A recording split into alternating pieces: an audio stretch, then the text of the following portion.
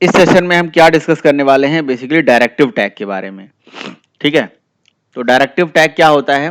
Directive tag एक ऐसा tag होता है जो जेएसपी में बेसिकली जेएसपी इंजन को डायरेक्शन देने के लिए यूज करा जाता है ना। तो ये किसी भी जेएसपी प्रोजेक्ट में अगर हमें किसी भी टाइप का डायरेक्शन हमें अपने जेएसपी जनरेटेड सर्वलेट में देना है, जेएसपी इंजन से कहना है कि भाई जेएसपी जनरेटेड सर्वलेट में ये पर्टिकुलर क्लास को इंपोर्ट कर लेना, इसको एक्सटेंड कर लेना, या पैकेज कुछ भी एडिशनल इंफॉर्मेशन देना है, तो उसके लिए डायरेक्टिव टैग होते हैं। तो directive tag is mainly used to providing the direction to the JSP generated servlet class कि भाई जेएसपी जनरेटेड सर्वलेट क्लास में ये पर्टिकुलर एक्शन हो जाए। इस टाइप का कुछ भी डायरेक्शन अगर आपको देना है तो उसके लिए डायरेक्टिव टैग होता है ना। तो मैं यहाँ पे प्रोजेक्ट में जाके कोई भी एक जेएसपी प्रोजेक्ट ले लेता हूँ, लेट्स मतलब कोई जेएसपी फाइल ले लेता हूँ, सॉरी जेएसपी प्रोजेक्ट तो हमारा ऑलरेडी बना हुआ है। तो यहाँ अदर में जाएंगे और यहाँ से चूज कर लेंगे क्या, जेएसपी फाइल, नेक्स्ट करके इसे कर देंगे फिनिश। सर आपकी स्क्रीन रुकी हुई है सर।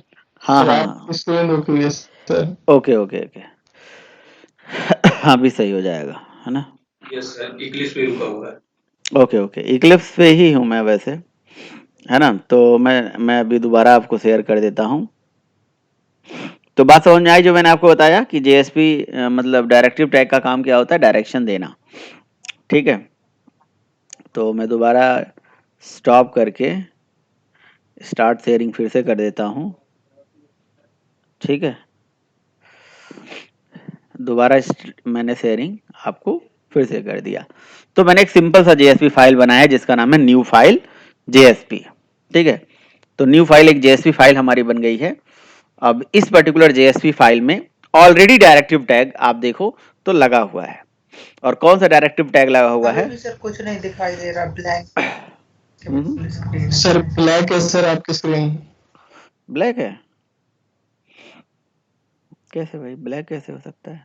ब्लर नहीं से ब्लैक है टोटली। अच्छा सर ब्लैक, ये आपकी प्रॉब्लम नहीं है, आप लोग के ग्रेटर नोएडा नोएडा में ना जियो के टावर तोड़े गए हैं सर, शायद वो किसान वो मोर्चा हुआ है ना सर, उसमें आज इसलिए सर मेरे पेरेंट्स का भी जियो है सर। पिछले हफ्ते जो लड़ाई झगड़े हुए थे ना सर, उसमें प्रॉब्लम हुआ है। मेरे पेरेंट्स का भी जियो चल नहीं रहा है सर, इंटरनेट। अच्छा ये हाँ सर, वो टावर टूवर बहुत तोड़े हैं इन्होंने, किसानों ने। नहीं नहीं, मेरा तो सही चल रहा है। मेरी तो बात हुई है उनसे, मेरी खुद अंबानी जी से। बात नहीं हो पाई है। मेरी तो अंबानी से सर बात तब हुई तो है। चलाए सर उन लोगों ने टावर। मेरी तो अंबानी से बात हुई है, उन्होंने कहा है कि चलाएंगे आपका वाला, आप वाला सही चलाएंगे। पता नहीं क्या है, हैं? सर सर सर तोड़े हैं तभी तो रिलायंस का शेयर गिरा है, शेयर बाजार में। अच्छा, मेरी तो अंबानी जी से बात हुई थी कि उन्होंने बोला है कि नहीं सब चलेगा, सही चलेगा। ऐसा क्या है, फोन किया था। चलो रुको फोन मिलाता हूँ, एक मिनट, बात करता हूँ उनसे।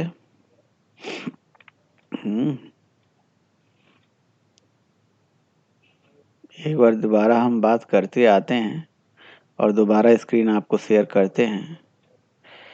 ठीक है, और अब बताइए, अब तो सही आ रहा होगा आपको स्क्रीन। Yes sir clear. देखा ना, बात इतना तगड़ा पकड़ है मेरा, ऐसा थोड़ी ना है। ठीक है, तो बेसिकली जो डायरेक्टिव टैग होते हैं, it is used to providing the direction, है ना, टू द जेएसपी इंजन कि भाई आपकी जो सर्वलेट बन रही है उस सर्वलेट में क्या करना है, कोई एक्शन करना है। जेएसपी से जो बनने वाली सर्वलेट है उसमें अगर कुछ एक्शन वगैरह करना है तो वो हम कर सकते हैं। तो कल यही मैंने आपको बताया था कि डायरेक्टिव टैग का पर्पस मैंने बताया था, और मैंने बताया था कितने टाइप के होते हैं डायरेक्टिव टैग, बताया था कल। बताइए कोई बताए कितने टाइप के होते हैं डायरेक्टिव? 3 3 टाइप के होते हैं सर। ठीक है, पेज, हाँ। Include tablet. और डायरेक्टिव टैग सबसे टॉप पे लिखे जाते हैं ऐसे, है ना, ऊपर ऐसे जैसे लिखा हुआ है, देखो यहाँ टॉप पे लिखा हुआ है ना। और इनका सिंटैक्स होता है @ यानी कि स्क्रिप्टलेट ही साइन होती है लेकिन उससे पहले @ लगा दिया जाता है, तो ये डायरेक्टिव बन जाते हैं। अच्छा, तो आपने देखा मैंने जेएसपी फाइल एक बनाई थी और मैंने कोई डायरेक्टिव टैग लगाया भी नहीं था, लेकिन इक्लिप्स में ऑलरेडी लगा आता है। तो ये इक्लिप्स की एक अच्छी बात है ना। ये इक्लिप्स की अच्छी बात है कि इक्लिप्स ने ऑलरेडी डायरेक्टिव टैग मतलब लगा के दिया था, और वो भी पेज डायरेक्टिव वे खुद ही लगा के देते हैं। अच्छा, तो सबसे पहले हम पेज डायरेक्टिव की ही बात कर लेते हैं। तो देखो पेज डायरेक्टिव का स्पेसिफिकली पर्पस क्या है। पेज डायरेक्टिव का स्पेसिफिकली मतलब पर्पस यही है कि किसी जेएसपी पेज में, किसी जेएसपी पेज से जेएसपी जनरेटेड सर्वलेट क्लास में अगर आपको कुछ इंफॉर्मेशन देना है तो पेज डायरेक्टिव के माध्यम से जा सकता है। पेज डायरेक्टिव के माध्यम से, पेज डायरेक्टिव के माध्यम से, है ना, आप जेएसपी जनरेटेड सर्वलेट क्लास के अंदर अपने जेएसपी पेज में कुछ इंफॉर्मेशन ऐड करते हो, वो इंफॉर्मेशन उस तक पहुंच जाता है। ठीक है, तो आप एक जेएसपी पेज के अंदर, या आप ऐसे बोलो जेएसपी जनरेटेड सर्वलेट के अंदर आप जो भी इंफॉर्मेशन भेजते हो वो पेज डायरेक्टिव के माध्यम से भेजते हो। तो इसलिए इसका नाम है डायरेक्टिव, मतलब डायरेक्शन देना। It providing the direction to the JSP engine. अच्छा, इसकी जरूरत क्यों पड़ी? क्यों? क्योंकि मैंने आपको कल बताया था एक बात, जैसे पेज डायरेक्टिव की जरूरत क्यों है हमें अभी। पेज डायरेक्टिव की जरूरत इसलिए है कि जैसे मान लो कि जेएसपी एक फाइल है, उस जेएसपी फाइल में मैं कुछ काम करने जा रहा हूं। लेट से मान लीजिए कि यहाँ पे मैं फॉर एग्जांपल मैं डेटाबेस कनेक्शन करने जा रहा हूं। तो डेटाबेस कनेक्शन अगर करूंगा तो मुझे एसक्यूएल चाहिए। अगर मान लीजिए कि मैं कोई जावा की यूटिलिटी पैकेज यूज करना चाहता हूं, लेट से मैं स्कैनर यूज करना चाहता हूं जेएसपी में, है ना, मैं स्कैनर यूज करना जा रहा हूं। तो अब स्कैनर क्लास कहां पे होती है? स्कैनर क्लास होती है बेसिकली, स्कैनर क्लास होती है हमारी कहां पे, बताइए कहां पे होती है? स्कैनर क्लास कहां होती है? यूट्यूब में सर। तो यूटिल में होती है। तो फिर यूटिल को हमें इंपोर्ट करना पड़ेगा। इंपोर्ट तो हमारी कोई चीज क्लास के अंदर होती है, इंपोर्ट तो हम क्लास में करते हैं ना। जेएसपी में कैसे इंपोर्ट करें? जेएसपी तो कोई क्लास है ही नहीं। तो जब ये क्लास नहीं है तो कोई ना कोई टैग तो होना चाहिए जो इंपोर्ट कराए, तो पेज डायरेक्टिव होता है ना। तो पेज डायरेक्टिव होता है, और पेज डायरेक्टिव का एक एट्रीब्यूट होता है जिसका नाम है इंपोर्ट। और इंपोर्ट में इस तरह से हमें, अच्छा ये दो बार आप देख रहे हो, दो बार पेज डायरेक्टिव लिखा आ गया। ऐसा कोई जरूरी नहीं, एक ही बार आप पेज डायरेक्टिव लिख के उसके सारे एट्रीब्यूट यूज कर लो। जैसे ये देखिए, पेज डायरेक्टिव का एट्रीब्यूट है लैंग्वेज, इसी का एट्रीब्यूट है कंटेंट टाइप, इसका एट्रीब्यूट है पेज इनकोडिंग। अगर आप यहां से कंट्रोल स्पेस करोगे तो इसके सारे एट्रीब्यूट दिख जाएंगे। तो पेज डायरेक्टिव के ये हो गए एट्रीब्यूट्स, और इसी में एट्रीब्यूट है जिसका नाम है इंपोर्ट। तो आप इंपोर्ट ऐसे कर लो, यही इंपोर्ट का कोड यहां से ऐसे उठा के यहां पे लगा लो। तो पेज डायरेक्टिव पेज से related information JSP generate servlet में भेजती है, और उसमें एक इंफॉर्मेशन हो गया जैसे किसी पैकेज को इंपोर्ट कराना, किसी क्लास को एक्सटेंड कराना, वगैरह वगैरह। तो ये एक काइंड ऑफ टैग है, जिस टैग को जेएसपी समझता है, जेएसपी इंजन समझता है। जेएसपी इंजन इस टैग के डायरेक्शन के माध्यम से ये समझ जाता है कि मुझे जेएसपी बनने वाली सर्वलेट में ये पैकेज इंपोर्ट कराना है, ये क्लास एक्सटेंड कराना है, ये सेशन मैनेज करना है या नहीं मैनेज करना है, व्हाटएवर, ये सारा काम करता है। तो डायरेक्टिव का नाम है पेज और उसके एट्रीब्यूट का नाम है लैंग्वेज। ठीक है, content type, page encoding, import. ठीक है, ये सब उसके डायरेक्टिव के जो एट्रीब्यूट्स हैं उनकी वैल्यूज हैं। ठीक है, पेज डायरेक्टिव के कई बार इंटरव्यू में क्वेश्चन पूछा जाता है, व्हाट इज डायरेक्टिव? तो आप सब बता देते हो डायरेक्टिव क्या होता है। कई बार पूछे व्हाट इज दैट, मेरे से क्वेश्चन पूछा गया, वैसे ये ऐसे मतलब एकदम सिंपल तरीके से नहीं, ऐसे पूछा जाता है, पेज डायरेक्टिव के एट्रीब्यूट बताओ। ठीक है, तो पेज डायरेक्टिव के एट्रीब्यूट के नाम है language, content type, page encoding, import, extends, buffer, is thread safe, error page, is error page, is EL ignored, है ना, सेशन, वगैरह वगैरह। There are so many attributes of page directive. एक page directive में सारे एट्रीब्यूट चाहो तो लगा लो, हर एट्रीब्यूट की अपनी अपनी एक मीनिंग है। जहां पे आप इसे यूज करोगे उसकी अपनी मीनिंग है ना। तो पेज डायरेक्टिव हमें पता होना चाहिए। या कई बारी, एक बार तो मेरे से इंटरव्यू पूछा गया, इज थ्रेड सेफ नाम का पेज डायरेक्टिव का जो एट्रीब्यूट है उसका क्या रोल होता है ना। ऐसे पूछ लेते हैं क्वेश्चन कि भाई इस थ्रेड सेफ जो एट्रीब्यूट है उसका क्या यूज है। ठीक है, तो हर एट्रीब्यूट का अपना यूज है। जैसे देखो, अगर अभी हम जेएसपी की बात करें तो हमारी जेएसपी जावा लैंग्वेज को सपोर्ट करती है, बट जेएसपी में अदर लैंग्वेज के सपोर्ट फ्यूचर में भी आ सकते हैं और आप मतलब उसे यूज भी कर सकते हैं, दे सकते हैं। जैसे स्क्रिप्ट वगैरह लगा के जेएसपी में स्क्रिप्ट टैग, जावास्क्रिप्ट के टैग, जावास्क्रिप्ट की कोडिंग करते हो। ऐसे सपोज करो कल को मेरी लैंग्वेज किसी और लैंग्वेज का सपोर्ट करता है जेएसपी, तो आप जेएसपी में लैंग्वेज टैग के माध्यम से ये स्पेसिफाई कर सकते हो। बाय डिफॉल्ट तो ये जावा ही होता है, मतलब जेएसपी से जो बनने वाली सर्वलेट होती है वो जावा ही कहलाती है। ठीक है, तो जेएसपी कभी और किसी लैंग्वेज का सपोर्ट दे तो वहाँ लैंग्वेज इज इक्वल टू उस लैंग्वेज का नाम दे देंगे ये। तो ये अपने कन्वीनियंट के लिए बनाया हुआ उन्होंने। ठीक है, तो बाय डिफॉल्ट तो खैर जावा ही होता है, कुछ और तो मैंने भी नहीं कभी किया कि जेएसपी से कुछ और जनरेट कराया हो, है ना। तो इसको लगाओ या ना लगाओ ऑप्शनल एट्रीब्यूट है। अच्छा, हर एट्रीब्यूट में वैल्यू होती है, समझ रहे हो। अब कई ऐसे जगह हैं जिसका वैल्यू फिक्स है, जैसे पेज डायरेक्टिव में लैंग्वेज की जावा वैल्यू है और कंटेंट टाइप में लिखा टेक्स्ट एचटीएमएल, तो ये बाय डिफॉल्ट टेक्स्ट एचटीएमएल होता है। ये कंटेंट टाइप वही है जो response dot set content type लिखते थे आप, कहाँ पे, सर्वलेट के अंदर। तो देखो, अगर आपको response dot set content type लिखना आता है तो यहाँ पे आपको उसको मतलब समझना बड़ा आसान हो गया। उसके बाद लिखा कैरेक्टर सेट ISO 8859, ये एक स्टैंडर्ड होता है इनकोडिंग, मतलब प्रोग्राम उसमें लिखने के लिए, जब कोड आप लिखते हो किसी स्टैंडर्ड को फॉलो कर रहा है उसके लिए पेज इनकोडिंग ये यूज हो रही है। इंपोर्ट हमें ये पैकेज करना है, तो यहाँ इंपोर्ट एक एक करके भी कर लो या आप डॉट स्टार करके भी कर सकते हो, कोई दिक्कत वाली बात नहीं। जैसे डॉट आप स्टार लगा दीजिए, कोई दिक्कत नहीं है ऐसे। ठीक है, अगला कोई पैकेज इंपोर्ट करना है तो क्या, कॉमा लगा के जैसे मैं लिख दिया जावा डॉट आयो डॉट स्टार। ठीक है ना,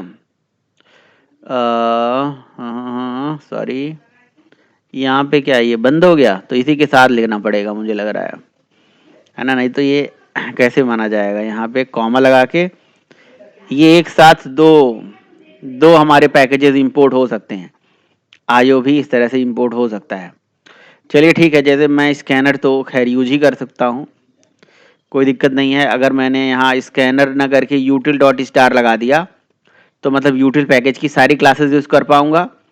तो मैं यहाँ पे एक एरे लिस्ट यूज करने जा रहा हूँ, array list AL is equals to new array list.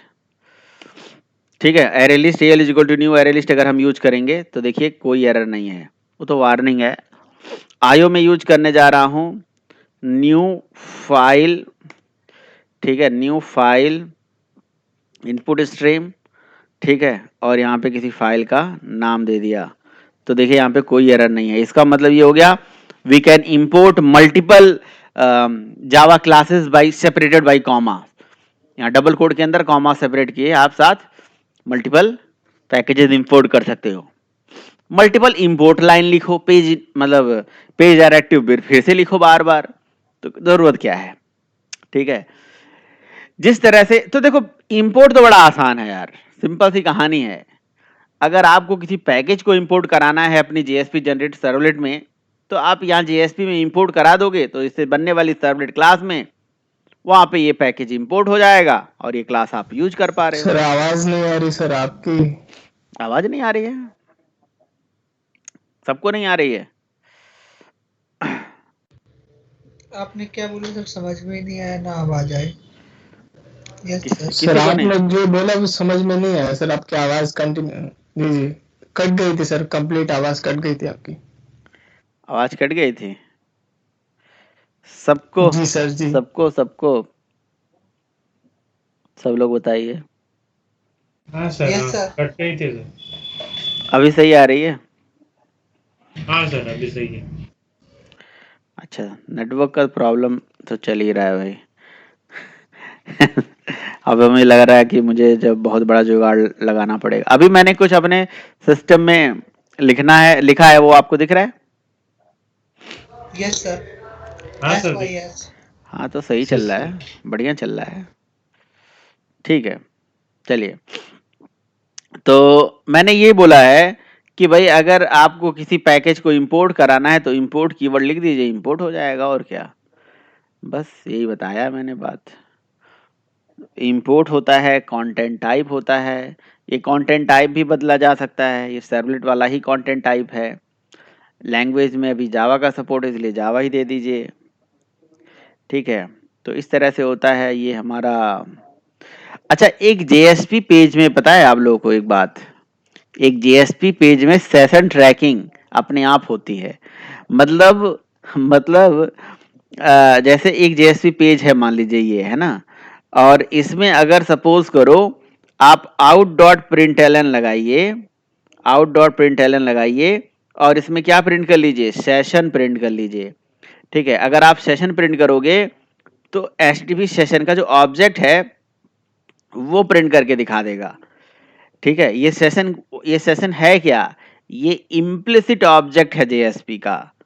तो यहाँ पे पेज डायरेक्टिव में एक एट्रीब्यूट होता है जिसका नाम होता है सेशन, और उसकी बाय डिफॉल्ट वैल्यू होती है ट्रू।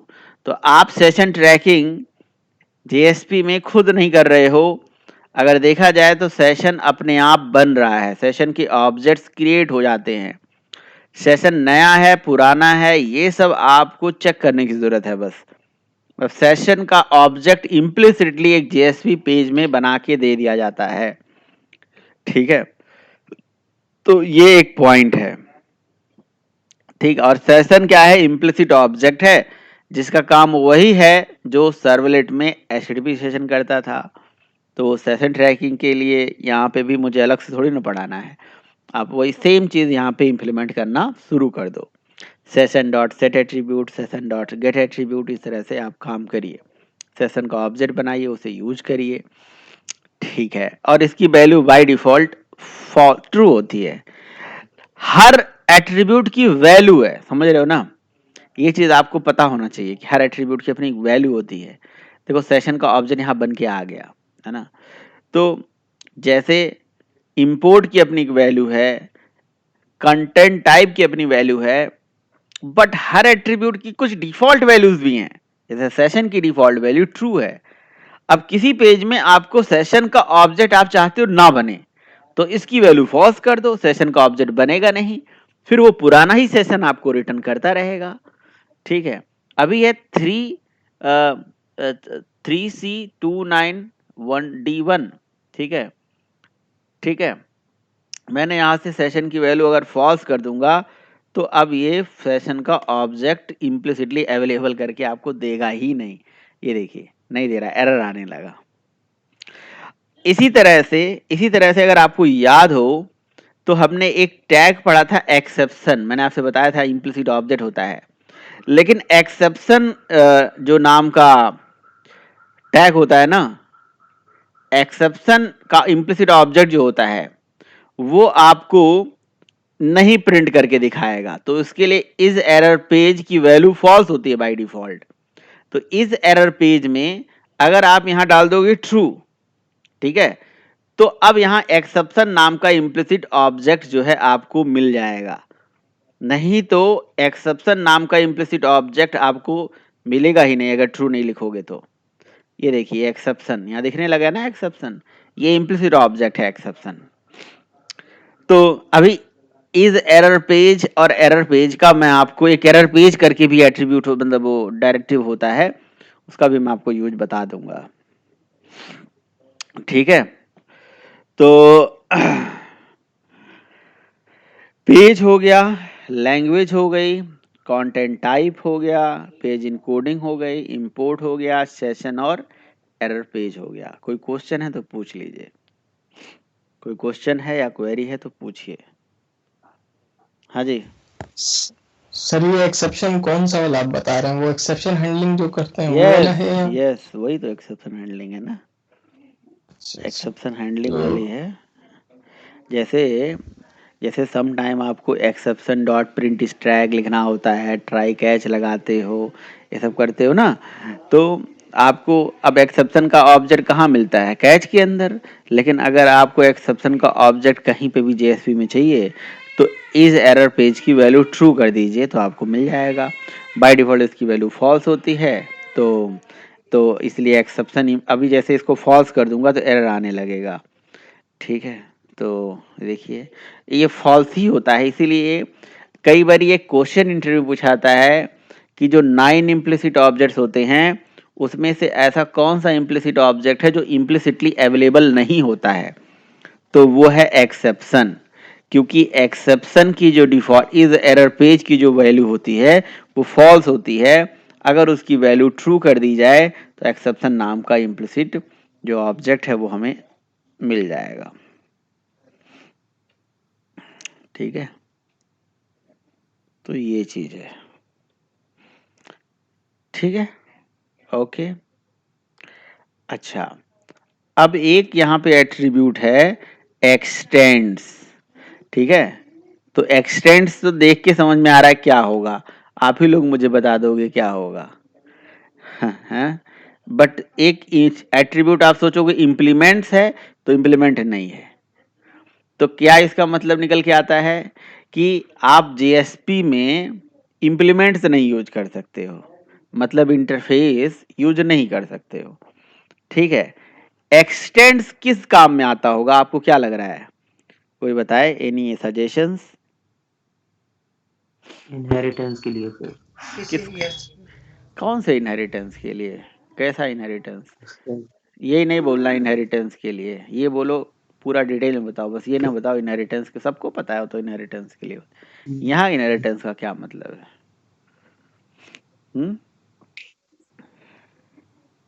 किसी क्लास को सर यूज करने के लिए। यस, किसी क्लास को इनहेरिट करने के लिए, किसी क्लास को इनहेरिट करने के लिए एक्सटेंड होता है। तो इवन अगर आपके पास कोई सर्वलेट क्लास है उसको भी यहाँ लाना चाहते हो तो एक्सटेंड करके ला सकते हो, कोई भी क्लास। लेट्स से मैं एक क्लास यहाँ पे हमारे पास बना हुआ है, देखिए यहाँ पे क्या बना हुआ है, ये बना हुआ है लो कनेक्शन प्रोवाइडर बना हुआ है, और इसी को मुझे मान लीजिए यूज करना है ना। तो एक्सटेंड हमने कर दिया कनेक्शन प्रोवाइडर। तो कनेक्शन प्रोवाइडर किस पैकेज के अंदर है, तो CONNECTION कनेक्शन, मुझे लग रहा है कि कॉन पैकेज के अंदर है ना, cone dot connection provider.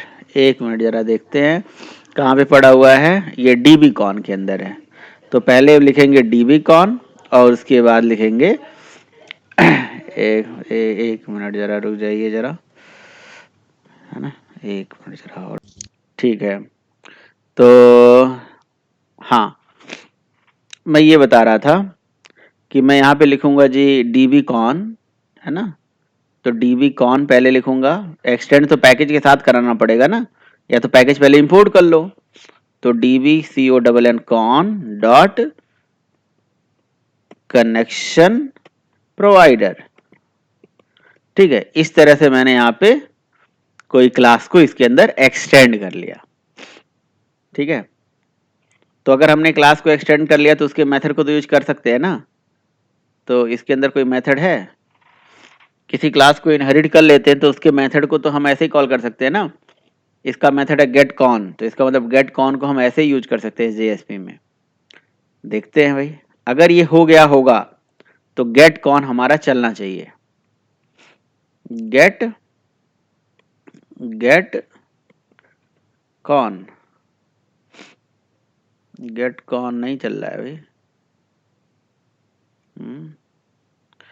Static method है ना गेट कॉन, यही तो है, और हमने एक्सटेंड कर लिया है तो क्यों नहीं चलेगा भाई, चलना चाहिए। ठीक है, तो आपको क्या लग रहा है क्यों नहीं चल रहा है? Any idea, any guesses? मैं बताता हूँ। इसका मतलब है कि सर वो एक्सटेंडेड, तो फिर एक्सटेंड नहीं हुआ तो बनाया क्यों एक्सटेंड? कुछ में भी एरर है। कुछ एरर है, बिल्कुल सही बात है। अच्छा एक बात बताइए, जब आप ये एक्सटेंड लगाओगे तो ये एक्सटेंड कहाँ पे होगा, किस जगह होगा? आपको क्या लग रहा है कहाँ पे होगा? हम्म, किस जगह ये एक्सटेंड करेगा? बताइए, आप लोग जवाब दीजिए। ये एक्सटेंड क्लास को कर रहे हो तो ये क्लास कहाँ एक्सटेंड होगी? हमारे घर, आपके घर तो होगी नहीं। कनेक्शन प्रोवाइडर का क्लास होगा सर। तो कनेक्शन प्रोवाइडर की क्लास कहाँ एक्सटेंड हो रही है, ये मैं पूछ रहा हूँ। ये तो सर पेज उसमें होनी चाहिए, पेज में? डायरेक्टिव मतलब उसके टैग के अंदर।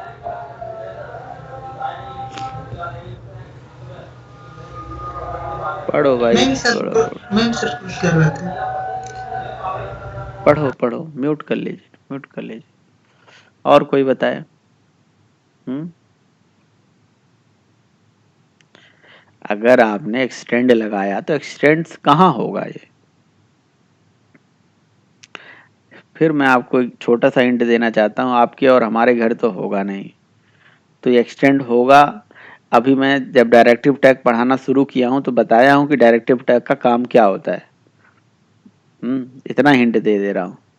अब बताइए कहाँ होगा? सर ये डायरेक्ट करिए किसी और पेज पे। ये मैंने डायरेक्टिव टैग का यूज पढ़ाया है। डायरेक्टिव टैग का काम क्या होता है बताइए? डायरेक्टिव टैग का काम क्या होता है?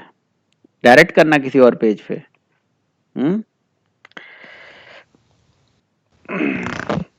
डायरेक्टिव टैग का क्या काम होता है? जेएसपी पेज को मतलब सर्वलेट में कन्वर्ट करना। डायरेक्टिव टैग का काम होता है जेएसपी पेज को सर्वलेट में कन्वर्ट करना। क्या बात कर दिया आपने? नो सर, हाँ? नो सर, मतलब मेरे कहने का ये मतलब है कि जैसे इसमें जो हम जो भी डायरेक्टिव टैग के अंदर लिखते हैं वो जेएसपी के जो टैग होते हैं वो सर्वलेट में कन्वर्ट होते हैं। छोड़ो, मैं सारा मुद्दा खत्म कर दे रहा हूँ। मैं यही पूछ रहा हूँ, what is the use of directive tag, ये मैं पूछ रहा हूँ आपसे क्वेश्चन। डायरेक्टिव टैग का काम क्या होता है?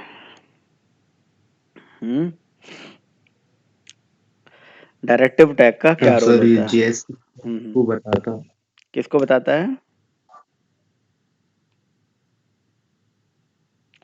हाँ हाँ, किसको बताता है? जीएसपी इंजन सर, जैसा वेब कंटेनर हो गया, लेकिन वो तो अलग चीज है।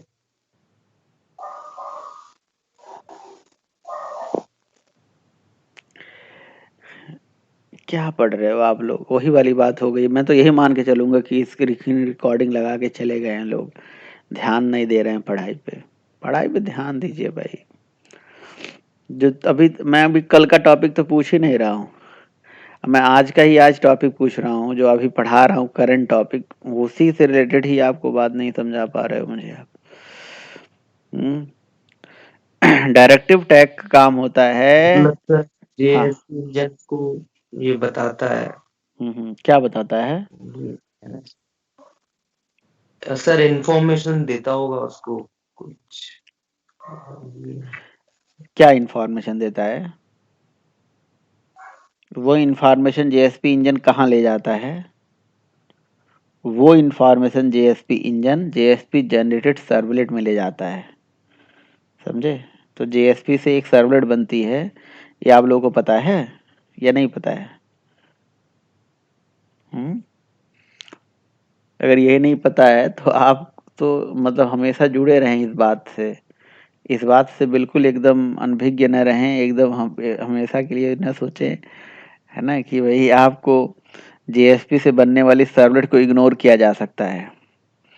सारा खेल उसे जेएसपी से बनने वाली सर्वलेट का ही है।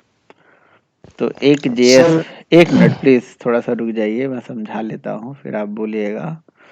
तो एक जेएसपी से बनने वाली सर्वलेट, जेएसपी से बनने वाली सर्वलेट तक हमारा जो जेएसपी इंजन है वो इंफॉर्मेशन इस डायरेक्टिव टैग के माध्यम से ले जाता है।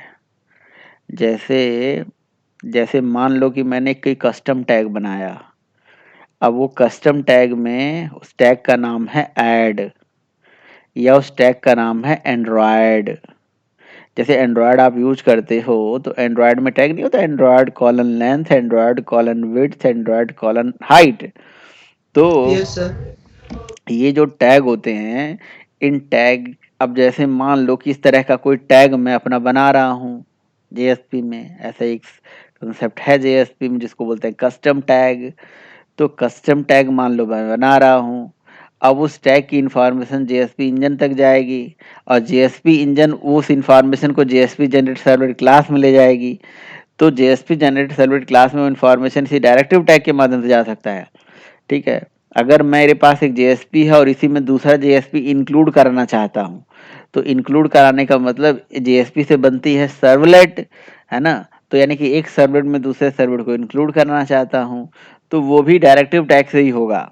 तो डायरेक्टिव टैग किसी भी जेएसपी से बनने वाले, मतलब ये जेएसपी इंजन को डायरेक्शन देता है कि भैया जो तुम जेएसपी से सर्वलेट बनाना, तो उस सर्वलेट में ये काम कर देना, कुछ भी इंफॉर्मेशन कि भाई लैंग्वेज ये यूज कर लेना, पैकेज ये इंपोर्ट कर लेना, क्लास ये एक्सटेंड कर लेना, है ना, इस तरह का, है ना। पेज डायरेक्टिव का काम है पेज से रिलेटेड इंफॉर्मेशन देना, जेएसपी से बनने वाली सर्वलेट पेज में जो भी इंफॉर्मेशन होती है उससे रिलेटेड इंफॉर्मेशन देना।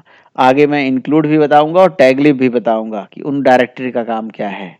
ठीक है, पेज डायरेक्टिव का काम अभी हम पढ़ रहे हैं, आगे इंक्लूड डायरेक्टिव और टैगलिब डायरेक्टिव का भी यूज समझेंगे। ठीक है, तो ये जो एक्सटेंड हो रहा है, ये जेएसपी इंजन इंफॉर्मेशन कहाँ ले जाके ऐड कर देगा, जेएसपी से बनने वाली सर्वलेट में। तो ये एक्सटेंड कहाँ होगा, जेएसपी जनरेटेड सर्वलेट में होगा, है ना। जो जेएसपी से बनने वाली सर्वलेट है उस तक ये इंफॉर्मेशन पहुंच जाएगी। ठीक है, इसका मतलब ये क्लास उस क्लास में एक्सटेंड हो जाएगा। ठीक है, लेकिन अगर आपको पता हो तो जावा में जो जेएसपी से जनरेटेड सर्वलेट क्लास बनती थी वो किसी क्लास को ऑलरेडी एक्सटेंड करती थी, उसका नाम होता था JSP base in case of Apache. क्योंकि जेएसपी से बनने वाली servlet class vendor specific class को एक्सटेंड करके बनाई जाती है। तो vendor specific class Apache, WebLogic, GlassFish, JBoss हर सर्वर में अलग अलग होता है। ठीक है, तो जब जब हमारी जेएसपी से जनरेटेड सर्वलेट क्लास ऑलरेडी किसी क्लास को एक्सटेंड कर रही है, जब जेएसपी से जनरेटेड सर्वलेट क्लास ऑलरेडी किसी क्लास को एक्सटेंड कर रही है, तो फिर इस क्लास को कैसे एक्सटेंड कर लेगी, है ना। तो इसीलिए ये एक्सटेंड कीवर्ड को यूज करने से पहले ये माइंड में अपनी बात होनी चाहिए, है ना। तो ये क्वेश्चन है इंटरव्यू का, ऐसे कहते हैं एक्सटेंड लगा के कहते देखो क्यों नहीं काम कर रहा है, तो इसका जवाब नहीं दे पाते हैं लोग। तो समझाना होगा सर जेएसपी से बनती है सर्वलेट, और सर्वलेट तो ऑलरेडी किसी क्लास को एक्सटेंड करती है, वो होती है वेंडर स्पेसिफिक क्लास। और जावा में सर मल्टीपल इनहेरिटेंस तो होता नहीं है, एक क्लास दो क्लास को एक्सटेंड कर लेगी। ठीक है, तो फिर एक्सटेंड एट्रीब्यूट बनाए क्यों, इसको यूज कैसे करें। तो इसको यूज करने का तरीका ये है कि आप मल्टी लेवल इनहेरिटेंस करें। मतलब ये, अगर आप एक्सटेंड करना चाहते हो तो पहले आप ये डिसाइड करो कि आपका वेंडर कौन सा है, और कल है, वेबलॉजिक है, ग्लासफिश है, जेबॉस है, जिसमें भी आप इस एप्लीकेशन को चलाने जा रहे हो एक्सटेंड करा के। ठीक है, तो इसलिए ये बहुत कम यूज होने वाला कंसेप्ट है एक्सटेंड। तो उस वेंडर को लाओ और उस वेंडर की जो क्लास है उससे एक्सटेंड करा दो अपनी क्लास में, यानी कि अपनी आपकी क्लास अब वेंडर स्पेसिफिक क्लास को एक्सटेंड करेगी, तो फिर एक्सटेंड करेगी तो मेथड भी ओवरराइड मानने पड़ेंगे, तो ओवरराइड ना मानने पड़े तो एब्स्ट्रैक्ट बना लो अपनी क्लास को, आपकी इच्छा है। ठीक है, और उसके बाद फिर एक्सटेंड करोगे तो फिर बन जाएगा, फिर चल जाएगा। तो यानी कि आपको एक्सटेंड करने से पहले, है ना, क्या करना पड़ेगा, कहीं ना कहीं वेंडर स्पेसिफिक वाली क्लास को अपनी क्लास में एक्सटेंड कराना पड़ेगा, फिर आप एक्सटेंड को चला पाओगे, अदरवाइज नहीं चला पाओगे, क्योंकि मल्टीपल इनहेरिटेंस तो जावा में होता नहीं है ना। बताइए।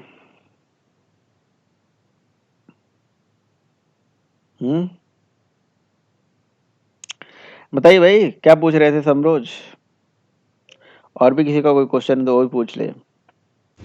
नहीं सर, यही बात थी जो आप बता रहे थे अभी। हम्म, जी सर। और किसी का कोई क्वेश्चन है, समझ में आया। तो ये बड़ा ट्रिकी सा चीज है ये, है ना, एक्सटेंड वाली कहानी। ठीक है, फेज डायरेक्टिव के एट्रीब्यूट ही अपने आप में बहुत बड़ी चीज है। सारा एट्रीब्यूट जान लेना ही है अपने। अब आप मुझे आंसर दे सकते हो अपने दिमाग को यूज करके, अपने मतलब जितना एक्सपीरियंस हो उसको यूज करके, कि आखिर इन्होंने इंपोर्ट क्यों नहीं दिया जब सॉरी वो कहते हैं क्या, उसे बोलते हैं भाई, इम्प्लीमेंट्स क्यों नहीं दिया। इम्प्लीमेंट हाँ, वो क्यों नहीं दिया। ठीक है, एक्सटेंड तो दिया, इम्प्लीमेंट्स क्यों नहीं दिया। इम्प्लीमेंट देना भूल गए क्या, उनको लिखना नहीं आता था।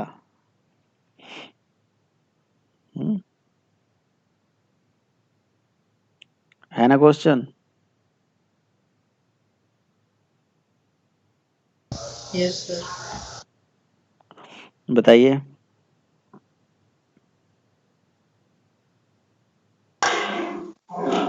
सर इंटरफेस के अंदर जो मेथड्स होते हैं वो एब्स्ट्रैक्ट होते हैं, ठीक है, तो कहीं ना कहीं अगर ऐसा होता तो उनको उस मेथड को एब्स्ट्रैक्ट होते जो उन्हें ओवरराइड मारना पड़ता, नहीं तो क्लास एब्स्ट्रैक्ट बनती, कौन से मेथड, है किसको ना। ओवरराइड करना पड़ता, जरा बताना किसको। नहीं वो बता रहा हूँ सर, अगर नहीं, इंटरफेस पे बढ़िया कोई बता रहे मेथड्स हो, होते हैं ना। नहीं बढ़िया बता रहे हो, जी जी। किसको ओवरराइड करना पड़ता है ये बताओ। सर जो एब्स्ट्रैक्ट मेथड है नहीं समझे मेरी बात। इंटरफेस के अंदर बने होते कौन ओवरराइड करता, जी। मतलब किसको करना पड़ता। अच्छा, ओवरराइड कौन करता है वो पूछ रहे हो सर। हाँ। सर वो तो जो जेएसपी से बनने वाला सर्वलेट होता है वही हाँ, उसी को। यस यस, बिल्कुल सही बात है। तो आप लोग जेएसपी से बनने वाली सर्वलेट की बात ही कर रहे हो हमेशा, तो इसमें कोई बड़ी बात है नहीं। तो जेएसपी जनरेटेड सर्वलेट जो होती उसको सारे मेथड वो इम्प्लीमेंट कराने पड़ते, और या तो क्लास को एब्स्ट्रैक्ट बनाने पड़ते। तो ये अब बताओ, जेएसपी इंजन को क्या पता कि आपकी क्लास में, आपके प्रोग्राम में, या कि कौन सा इंटरफेस इंप्लीमेंट हो रहा है, उसमें कितने मेथड हैं, उतने उतने मेथड ओवरराइड करेगा वो बैठ के। ये उसका काम रह गया है। तो फिर हो गया कहानी। तो बिल्कुल परफेक्ट बताया आपने। अगर इंप्लीमेंट बना देते तो फिर जेएसपी जनरेट सर्वलेट क्लास को, है ना, हमारी क्लास के, हमारे इंटरफेस के सारे मेथड ओवरराइड करने पड़ते हैं, क्योंकि उसके मेथड एब्स्ट्रैक्ट होते हैं। ठीक है, ये कहानी हुई। तो ये चल जाएगा, ये चल जाएगा, कैसे चल जाएगा। पहले तो मैं आपको दिखाता हूं, देखो इसको मैं करता हूं यहां से सेव, है ना, इसको सेव कर देता हूं, सॉरी इसे सेव कर दिया। ये तो ये चल गया, अभी अभी चल जाएगा ये। देखते हैं जरा कोई एक्सेप्शन तो नहीं ना आ रहा है। कोई एक्सेप्शन तो आना चाहिए इसको। यहाँ है। ये देखो एक्सेप्शन आ गई ना, ये देखो ट्रांसलेशन टाइम पे एक्सेप्शन आ गई, ये ट्रांसलेशन टाइम पे एक्सेप्शन आ गई, देख रहे हो। ठीक है, ये ट्रांसलेशन टाइम पे एक्सेप्शन आई। अच्छा, ये अब एक्सेप्शन चली गई। ठीक है, वो एक्सेप्शन इसलिए थी कि वो यूज नहीं हो पा रही थी ना वहां पे। ठीक है, कोई बात नहीं। अब अब एक काम करते हैं। अब काम ये करते हैं कि ये जो क्लास है, अच्छा पहले इससे जेएसपी से बनने वाली सर्वलेट क्लास को जरा देखा जाए कहाँ होता है। तो आप इक्लिप्स के वर्क स्पेस में जाइए जहां पे प्रोजेक्ट है। ठीक है, इक्लिप्स वर्क स्पेस, यही है प्रोजेक्ट। इसका बिल्ड होता है, क्लासेस होती हैं, यहाँ दिखती नहीं है यार, ये तो समस्या है। रुको, वेब आइनफ नहीं दिखता है यार यहाँ पे, तो आपको सर्वर में मैनुअली जाना पड़ेगा। वो फोल्डर वाली जो लोकेशन होती है ना, वो मुझे आपको दिखानी पड़ेगी, जैसे मैंने किसी सर्वर के केस में आपको दिखाया था। सॉफ्टवेयर के अंदर जाके, अपाचे के अंदर जाके, वेब ऐप के अंदर, ये मेरा ये प्रोजेक्ट था। तो ये बेसिकली हमें वेब ऐप में नहीं जाके कहाँ जाना पड़ता था, वर्क में जाना पड़ता था। Catalina local host project ORG Apache JSP, और ये जो क्लास है इससे एक्सटेंड करा लीजिए अपनी क्लास को, इसी से एक्सटेंड करा लीजिए। ठीक है, और यहाँ पे एक्सटेंड्स करा लीजिए, एक्सटेंड्स करा दीजिए, इसको करा दिया।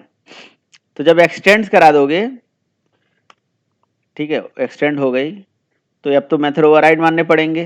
तो चलो ओवरराइड कर दिया, या तो ओवरराइड मानने पड़ेंगे या तो एब्सेंट बनाने पड़ेंगे, तो ओवरराइड ही कर दिया, लो, ठीक है। तो अब देखिए ये यहाँ पे हो गया, बन गया। अब यहाँ पे देखते हैं कोई exception, get cone,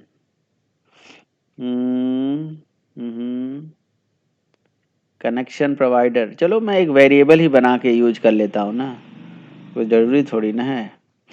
int x is equals to 10 variable बना लेता हूँ बस, ठीक है, और एक्स वेरिएबल को यहाँ पे कॉल कर देता हूँ।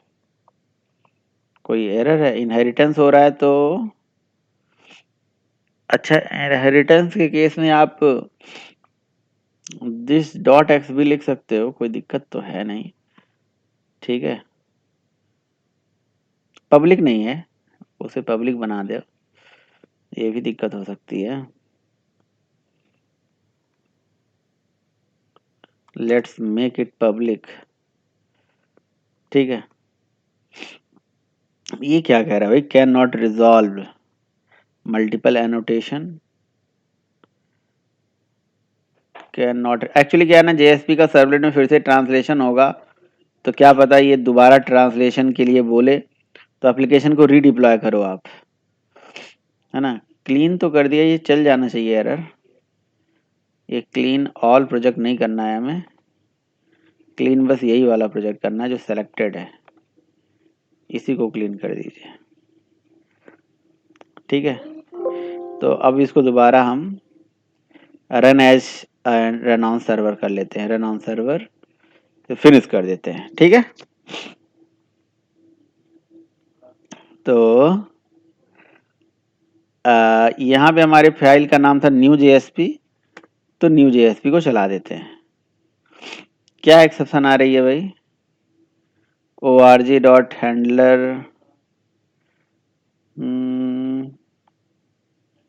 ऐसी तो कोई दिक्कत नहीं आती है भाई। जैसे factor is not applicable with argument, क्या पता उसमें हमने बहुत सारी क्लास, चलो मैं एक काम करता हूँ ना, ये माई पैक पैकेज के अंदर एक कोई दूसरी क्लास बना लेता हूँ, सिंपल ए नाम की क्लास बना लेता हूँ, ठीक है, और ए क्लास के अंदर कोई वेरिएबल बना लेता हूँ इंट एक्स, सिंपल क्लास रहने देते हैं, int x is equals to 10, और इसको पब्लिक बना लेते हैं, है ना। तो कनेक्शन क्लास बड़ी क्लास है, उसमें और बड़े सारे कनेक्शन के कोड लिखे गए हैं। तो हमारी पैकेज का नाम है माई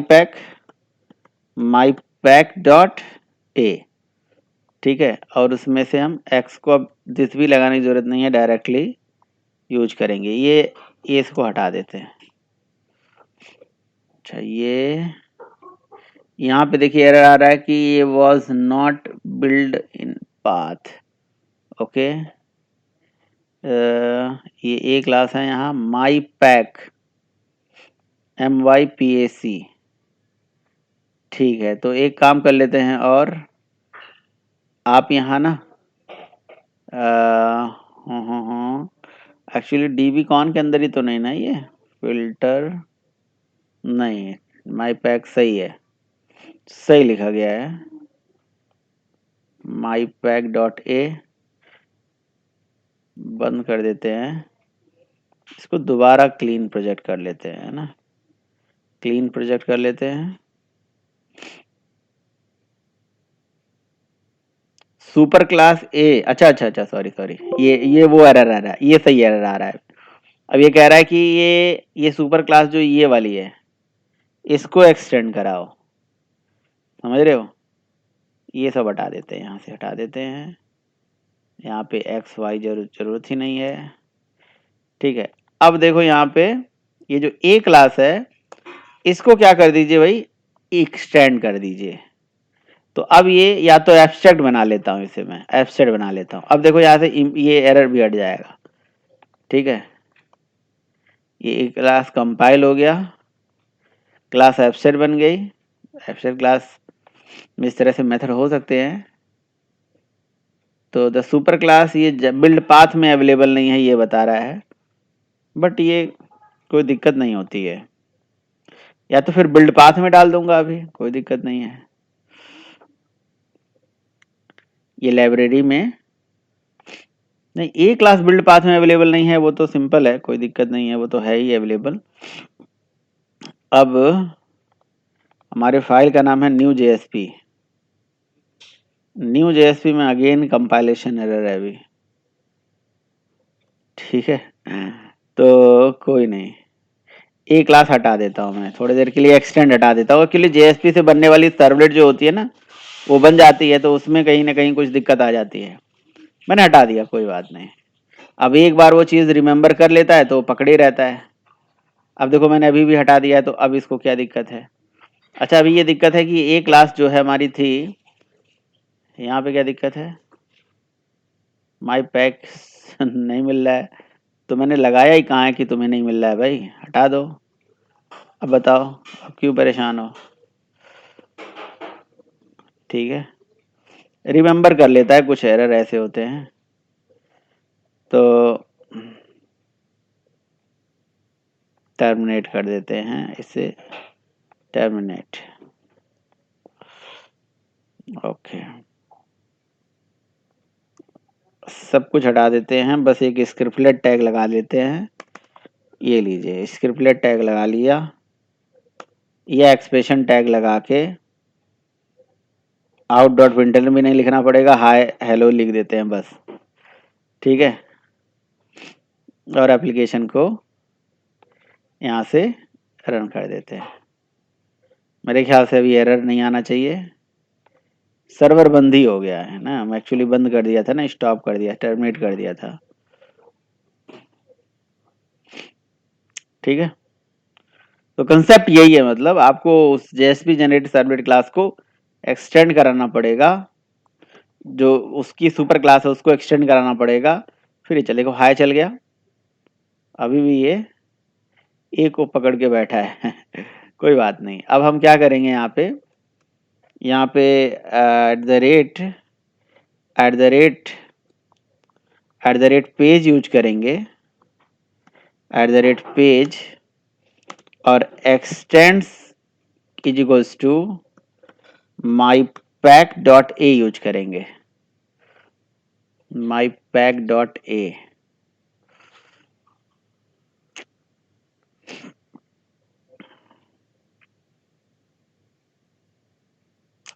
ठीक है, तो एक काम कर लेते हैं, ये इसको आइडेंटिफाई नहीं करता है, बिना आईडी से तो हम यूज करते तो चल जाता है।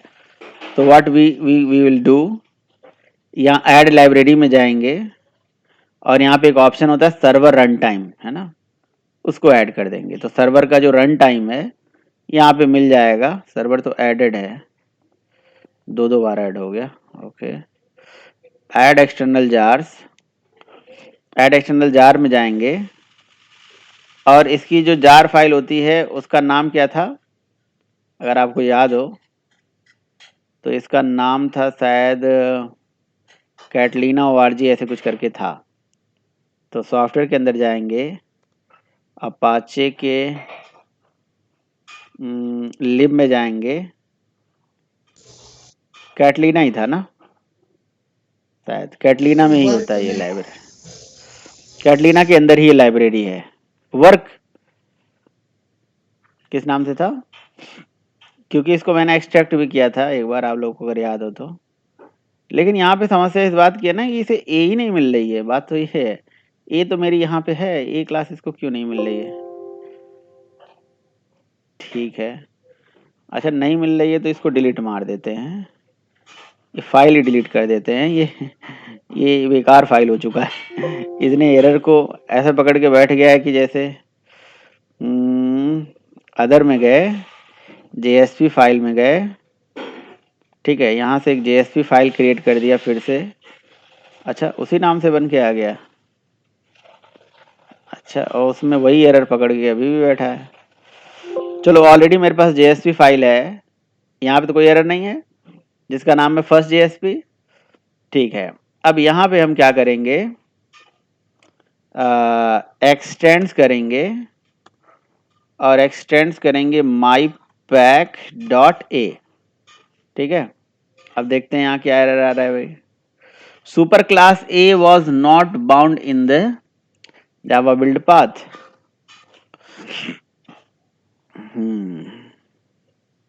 super class A is not bound in the Java build path. Okay. अच्छा जी, out.println और यहाँ पे A का जो डेटा मेंबर है, super class A is not bound with Java build path. A class को Java build path में डालनी है, इसका बाइट कोड तो बन चुका होगा।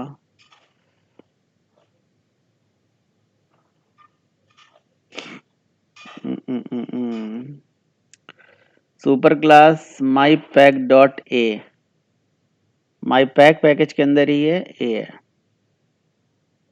ऐप सेट बना दिया है, एक्सटेंड कर दिया है। पता नहीं यहाँ पे ऐसा क्यों कह रहा है ये।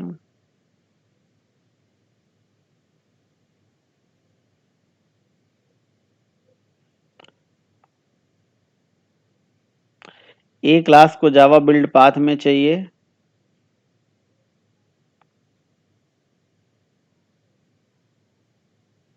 ये इसका एरर नहीं है, इस लाइब्रेरी को नहीं खोज रहा है। ठीक है, ए क्लास ऐड लाइब्रेरी नहीं, ऐड एक्सटर्नल जार्स। वैसे तो मेरे पास ऐड एक्सटर्नल क्लास या क्लास फोल्डर लिखा हुआ है, तो हम अपना जो इक्लिप्स वर्क स्पेस है,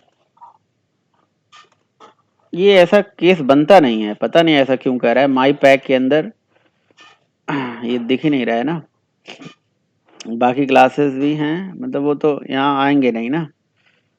जावा बिल्ड पाथ में क्लास ऐड करने के लिए क्यों बोल रहा है, ऐसा केस बनता नहीं है वैसे, है ना। Let me restart the Eclipse again. वैसे कोई उसमें दिक्कत नहीं, कंसेप्ट यही है, राइट।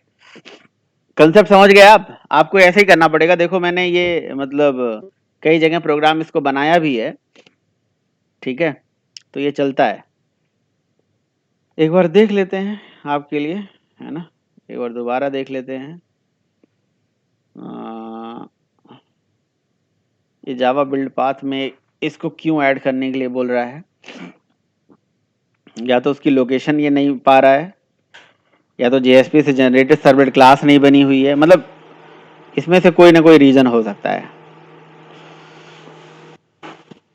एक मिनट, तो अब जब एक जेएसपी से जनरेटेड सर्वलेट क्लास जब आप देखोगे ना, तो यहां जहां पे ये एक्सटेंड हो रहा है ना, ये क्लास जो इंटरनली बनेगी अब जेएसपी से जब बनेगी सर्वलेट क्लास, वो इसको एक्सटेंड नहीं करेगी।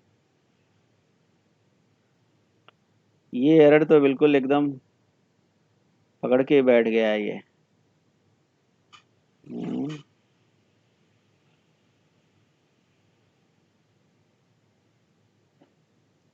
जो नॉर्मल सिनेरियो में तो देखो ऐसा होता नहीं है। आपको मैं यही सेम प्रोजेक्ट कॉपी करता हूँ, ठीक है, यहाँ पे एरर पता नहीं क्यों दिखा रहा है, इक्लिप्स को ऐसा चाहिए होगा, बट मैं आपको ये सेम प्रोजेक्ट को यहाँ कॉपी करके यहाँ पेस्ट करता हूँ, ठीक है, और यहाँ से यही सेम प्रोजेक्ट ही जो कॉपी करके हमने पेस्ट करा, इसका एक काम कर सकते हैं, इसका डायरेक्टली हम वार फाइल बना सकते हैं, या हम इस फोल्डर का नाम JSP-PR रख दिया हमने, RP रख दिया, PR रख दिया, जो भी रख दीजिए। अच्छा, उसके बाद यहाँ से वेब आइनफ वगैरह सब रहने देते हैं। ये HTML पेजेस हमें नहीं चाहिए, ये सारी चीज़ें हमें नहीं चाहिए। कॉपी, दोबारा कॉपी हो गया सारा, बस हम जहाँ यूज कर रहे हैं वो जगह चाहिए। ओह सॉरी यार, ये कॉपी हो जा रहा है। इन सबको डिलीट कर देते हैं, इसको भी डिलीट कर देते हैं, बस एक JSP फाइल रहने देते हैं। मेटा इनफ फोल्डर हमें नहीं चाहिए, ठीक है, होम भी नहीं चाहिए। वेब इनफ क्लासेस लिव, ठीक है, यहाँ पे जार फाइल है, इसकी कोई ऐसी ज़रूरत है सच है नहीं, ठीक है, वेब आईनफ के अंदर बहुत सारी सर्वलेट क्लासेस वासेस एंट्री है, वैसे कुछ ज़रूरत है नहीं किसी की वो एंट्री नहीं है। मैं मतलब मैनुअली चला रहा हूँ आप, है ना, सबको हटा दिया मैंने, तो बस इसे भी हटा दिया। बस मैं वेब ऐप ओपन करूँगा और वेब ऐप क्लोज कर दूँगा। ठीक है, किसी और चीज़ की यहाँ एंट्री करने की ज़रूरत ही नहीं होती है ना। सेव कर दिया। लिव लिव रहने देते, ऑप्शनल है। और क्लासेस फोल्डर भी वेब आईनफ के अंदर यहाँ पे ये classes folder CLASSES classes folder बना लीजिए। अच्छा, अब हाँ, ये बहुत इंपॉर्टेंट पॉइंट है कि अब आपको जो भी पैकेज आप बना रहे हो, मतलब जो भी क्लास आप बना रहे हो, उसको क्लासेस फोल्डर में उसका बाइट कोड डालना पड़ेगा। क्या पता वो बाइट कोड वहाँ से उठा नहीं पा रहा हो। बाकी सब हमने डिलीट कर दिया, ये सब भी डिलीट कर दिया। ठीक है, ये वेब कंटेंट को भी हटा के यहाँ पेस्ट कर देते हैं सारा कोड। मेरे ख्याल से कुछ चीज़ ओपन है इसलिए यहाँ पे नहीं काम कर रही है। ठीक है, इसको मैं एग्जिट कर देता हूँ IDE को। वेब कंटेंट के अंदर का सारा कोड यहाँ कट करके यहाँ पे पेस्ट कर दिया। वेब कंटेंट को हमने यहाँ से डिलीट कर दिया। ठीक है, ये हमारी JSP फाइल है, first_JSP। ये माई पैक पैकेज है। और यहाँ पे ये क्लास हो गई। ये फिल्टर को डिलीट करिए, इसकी ज़रूरत नहीं है। अब ये जो हमारी A नाम की क्लास है, इसको हमें कंपाइल करना पड़ेगा, इसका बाइट कोड बनाना पड़ेगा, राइट। तो इसको CMD पे गए, javac-d.a.java। ठीक है, अब ये देखिए, ये पैकेज इसे नहीं मिल रही है, ये पैकेज डज नॉट एग्जिस्ट आ रहा है। ठीक है, कि org.this इसे नहीं मिल रहा है। ठीक है, HTTP JSP बेस क्लास इसको नहीं मिल रही क्योंकि इसका क्लास पाथ नहीं सेट है। तो वी हैव टू, अच्छा हम देखें जरा सेट क्लास पाथ लिख के कि हमारे पास क्लास पाथ में क्या क्या चीज़ें अवेलेबल हैं। तो हमारे पास MySQL का कनेक्टर है, सर्वलेट की API.jar है। एक JSP के लिए JSP API.jar होती है ना। क्या पता वो JSP API जो jar है वो वहाँ पे डालने पे काम हो जाए। वैसे मैं यहाँ पे क्लास पाथ सेट कर देता हूँ मैनुअली। और ये जो क्लास पाथ है ना, ये यहाँ से यहाँ तक, ये JSP के केस में JSP API भी होती है, यहाँ पेस्ट कर दिया। और ओनली हमने यहाँ पे लिख दिया JSP-API.jar, है ना। और इसका भी क्लास पाथ सेट कर दिया। अब देखिए, ये कोड को मैंने कंपाइल किया, अभी भी नहीं मिल रहा है इसको HTTP JSP बेस, है ना। एक काम करते हैं भाई, का परमानेंट क्लास पाथ सेट कर देते हैं, है ना। परमानेंट क्लास पाथ सेट करेंगे कहाँ से भाई, जहाँ पे ये अवेलेबल है। ये चीज़ मुझे उसी टाइम पे याद रखनी चाहिए। कुछ लाइब्रेरीज होती हैं जो नहीं मिल पाती हैं, तो फिर आपको दिक्कत होगा। तो इसीलिए हम लिब के अंदर गए और ये लिब तक का क्लास पाथ कॉपी किया और प्रॉपर्टी में गए, JSP-API है ये देखिए। तो यहाँ लिब के अंदर गए और वेरिएबल का नाम है क्लास पाथ, यहाँ देखिए। और यहाँ पे एक वेरिएबल पड़ा हुआ है MySQL connector. Servlet API already पड़ी हुई है। पूरा पाथ कॉपी करके यहाँ पेस्ट कर दीजिए, हटा के इसे पेस्ट कर दीजिए। और यहाँ जैसे सर्वलेट -API लिखा है, ऐसे ही JSP-API का जार का क्लास पाथ सेट कर दीजिए। तो मतलब हमें पता होना चाहिए कि ये कहाँ पे होती है। JSP में वो क्लास होगी तो चल जाएगा, नहीं होगा तो मुझे कैटलीना वाले का भी सेट करना पड़ेगा, है ना। अच्छा, प्रोजेक्ट में मुझे लग रहा है कि प्रोजेक्ट के अंदर JSP सर्वलेट API का जार फाइल तो हमें डालना नहीं है, सर्वर रन टाइम से ही काम चल जाता है। तो जो भी लाइब्रेरी उसको चाहिए होता है ना, वो पा जाता है। तो ठीक है, कोई बात नहीं। Add external jar servlet API, add external jar JSP API, add external jar, शायद मैंने कैटलीना का भी डाला था उस दिन, उसी में ये मिला था। ठीक है, तो जो क्लास है वहाँ एक्सेप्शन भी नहीं आ रही है ना, बात तो ये है, उस क्लास में एक्सेप्शन भी नहीं आ रही थी, ये क्लास में कुछ एक्सेप्शन आ रही हो। यहाँ एक्सेप्शन नहीं दिखा रहा है कि ये चीज़ नहीं मिल रही है। इंपोर्ट कर दीजिए, इंपोर्ट कर दिया हमने ये क्लास, ठीक है, org ये, ठीक है, यहाँ पे मिल रहा है, ऐसे कोई दिक्कत नहीं है, पता नहीं क्यों नहीं चल रहा है। चलो ठीक है, कोई बात, मैनुअली जो हम चला रहे हैं उसी को देखते हैं। इसका बाइट कोड बनेगा, वहाँ पे तो अगर नहीं पाता तो कंपाइल टाइम पे एरर आ जाता। ठीक है, तो अभी हम इसके अंदर फिलहाल जाते हैं, इस पैकेज के अंदर है ना क्लास, तो पैकेज के अंदर होना चाहिए जावा सी -d dot A dot java.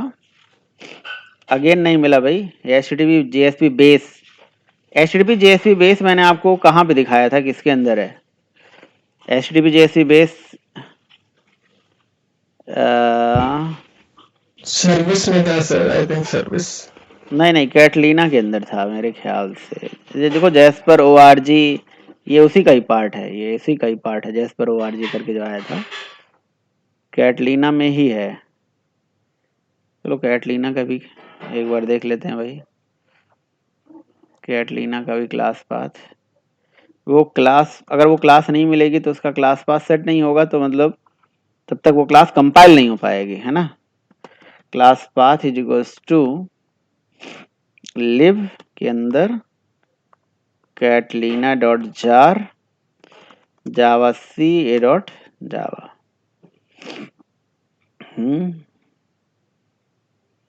Set class path Catalina का भी कर दिया। अभी भी इसको ये पैकेज जब तक नहीं मिलेगा ना, ठीक है, तब तक काम चलेगा नहीं हमारा। पैकेज माई पैक है, क्लास ये है, इतना तामझाम कोई करता ही नहीं है और करना भी नहीं चाहिए। कोई बात नहीं, कोई बात नहीं, ये एक्सपीरियंस है। तो आप जब पहले तो ये पता करते हैं कि ये किसमें था, है ना। राइट क्लिक करके इसको एक्सट्रैक्ट, ये जैस्पर हटा देता हूँ मैं पहले, ठीक है, हटा दिया। राइट क्लिक करके एक्सट्रैक्ट हियर करता हूँ, ठीक है। तो देखिए org आया, अपाचे आया, कैटलीना आया, org अपाचे कैटलीना और JSP बेस नहीं है भाई, इसमें नहीं है, इसीलिए तो नहीं मिल रहा है उसे। क्या पैकेज का नाम है? पैकेज का नाम है एक मिनट यार, पैकेज का नाम है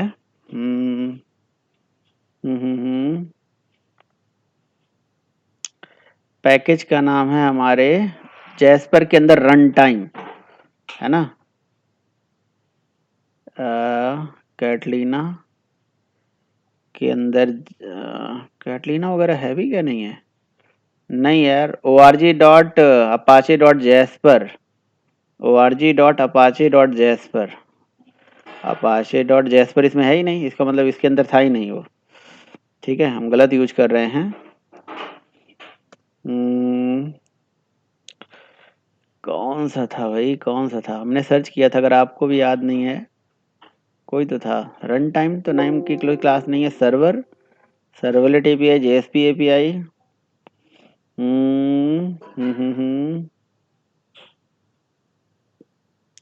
जैस्पर से रहा होगा, अगर जैस्पर है तो जैस्पर ही रहा होगा, समझ रहे हो, अगर जैस्पर है तो जैस्पर ही रहा होगा वहाँ, ठीक है। तो देखो org डॉट जैस्पर आ जाएगा अभी, jasper dot org dot Apache dot jasper, और JSP बेस था नहीं यार, अरे यार गूगल कर लीजिए ना, 2 मिनट लगेगा आपको। HTTP JSP base class jar file ऐसे लिख दीजिए, आप यहाँ पे ऐसे लिख दीजिए कि HTTP JSP बेस जो क्लास है, JSP base class jar file in JSP। Sir screen बहुत ज्यादा लेट आ रहे हैं। अरे कोई बात नहीं भाई, स्क्रीन से क्या देना देना है, अभी तो चल तो जाए कोड कोड चल जाए तभी। जेएसपी जैस्पर के अंदर है, जेएसपी जैस्पर करके है, जेएसपी आईएमपी करके अंदर है ना। तो जेएसपी आईएमपी करके है जो जेएसपी आईएमपी है ना, जेएसपी आईएमपी कहीं है, जेएसपी आईएमपी या जेएसपी जैस्पर। जैस्पर तो है, जेएसपी जैस्पर नहीं है। लिव के अंदर जैस्पर जेएसपी एपीआई और जेएसपी आईएमपी तो है ही नहीं अवेलेबल यहाँ कहीं। उस दिन तो आप लोग को दिखाया था मैंने, आप लोग भी भूल गए, मैं भी भूल गया, क्या दिखाया था यार।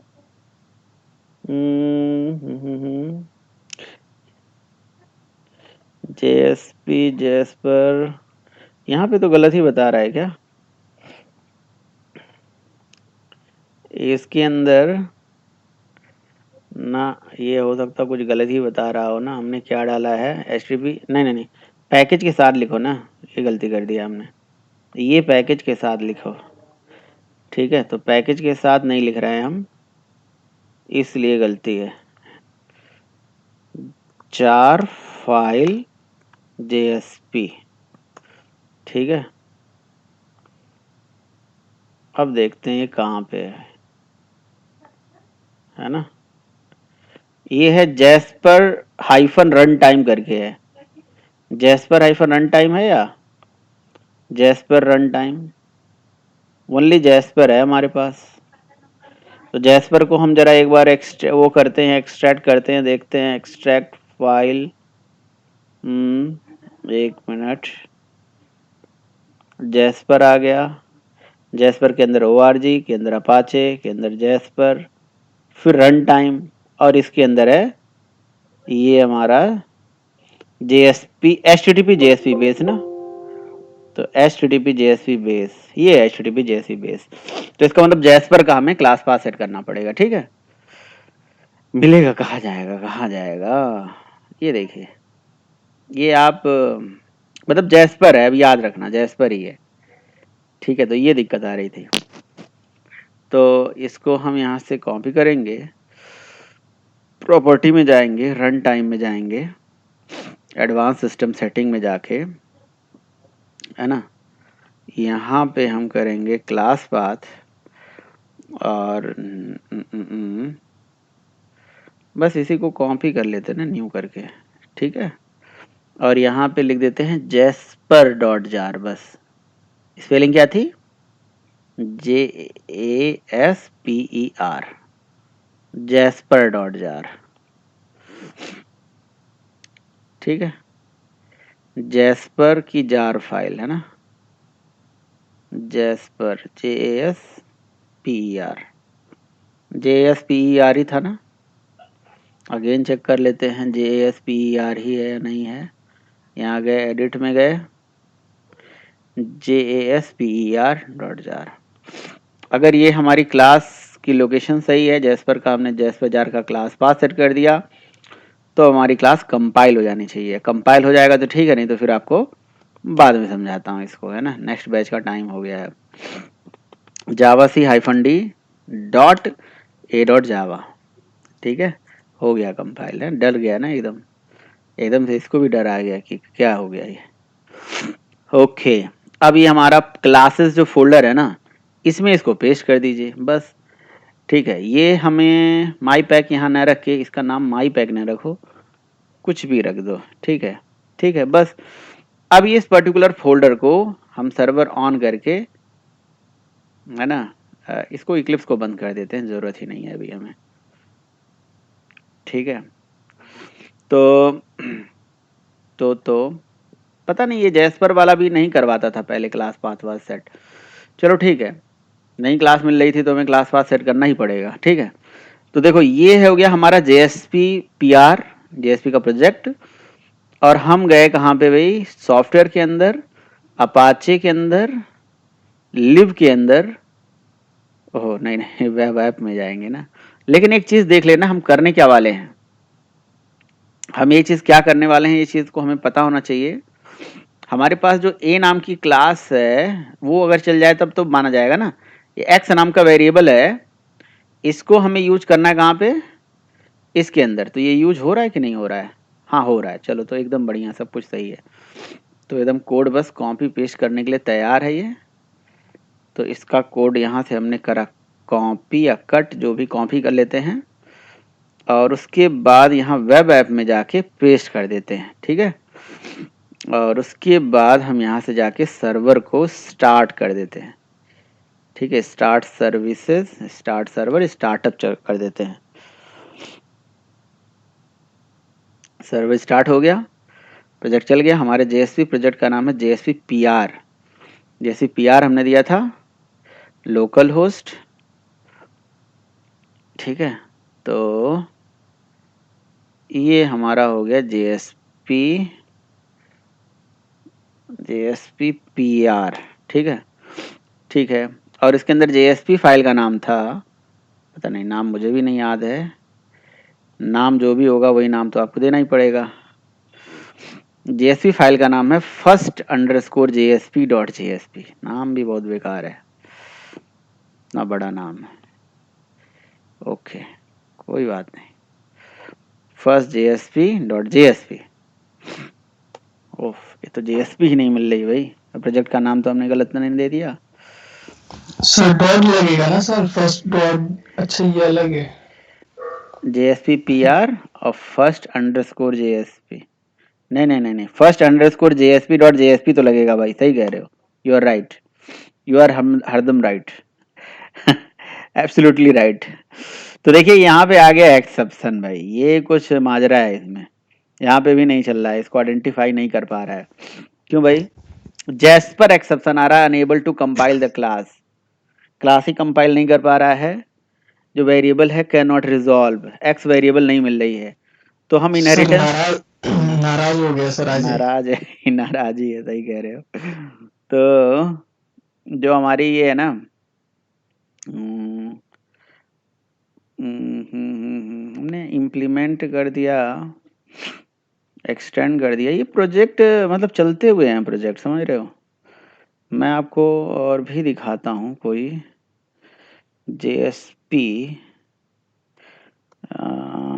जेएसपी के अंदर page directive attribute, page directive, कहीं पेज डायरेक्टिव लिखा होगा, ठीक है। पेज डायरेक्टिव एट्रीब्यूट्स, यहाँ पे होगा पेज एक्सटेंड्स, ठीक है। तो देखो यहाँ पेज एक्सटेंड्स में हम यहाँ पे क्लासेस फोल्डर, अच्छा हमारा जो वेब आइनफ था वो क्लासेस के अंदर ही था ना। अच्छा यहाँ पैक के अंदर ये क्लास, सही है। देखो यहाँ पे देखो, आप ध्यान से देखो, क्लास हमारी है ना 1 2 3 इसमें डाली गई है, और 1 2 3 क्लास यहाँ पे बनाई गई है, टेम्प 1 2 3, और इसको मैं एक्सटेंड किया हूँ। ये चलाता था मैं भाई जेएसपी बेस को, बड़ी ये वेब लॉजिक वाली है। ओके, क्या पता वो ऐसे ही मेथड अलाउ करते हो विच रिटर्न्स द वैल्यू, समझ रहे हो। ये हम एक छोटा सा गलती कर रहे हैं, maybe we can not, मतलब जो वाइड वाले मेथड हैं वो अलाउ नहीं है। वाइड मेथड वहाँ पे चल नहीं पा रहा हो, बट हाँ ये एक पॉइंट हो सकता है कि जो वाइड वाले मेथड है वो नहीं चल पा रहे हैं। ठीक है, चलिए आप लोग भी ट्राई करिएगा, बस आज के लिए इतना ही रहने देते हैं यार, बहुत हो गया है ना।